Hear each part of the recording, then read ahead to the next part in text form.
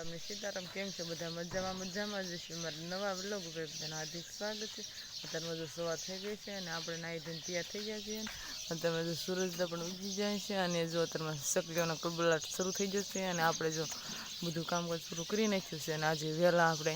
જવાનું છે જીરું ખેવા અને જો ટ્રેક્ટર પણ તૈયાર થઈ ગયું છે અને ગોપીબેન જો હાલ આવે છે અને આજે મહાશિવરાત્રિ છે એટલે બધાને મહાશિવરાત્રિની શુભકામનાઓ।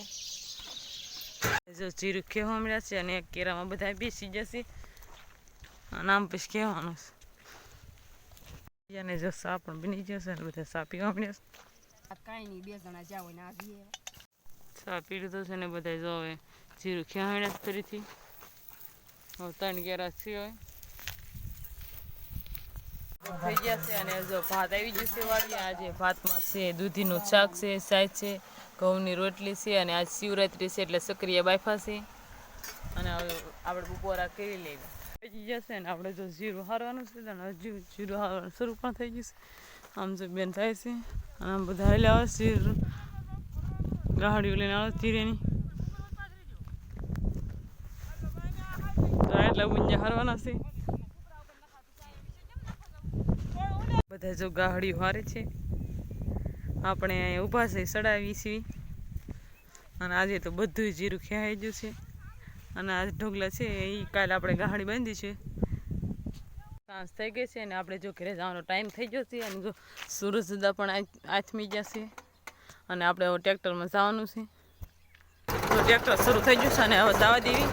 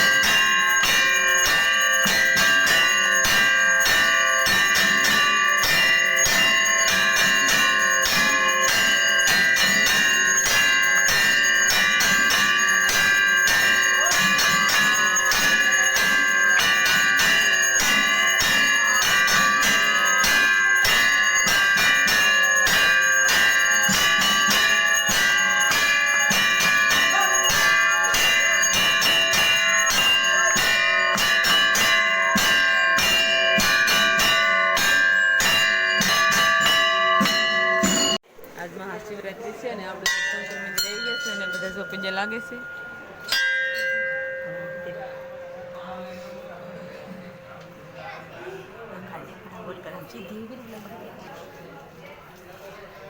મહાદેવનું મંદિર છે અને શિવલિંગ છે।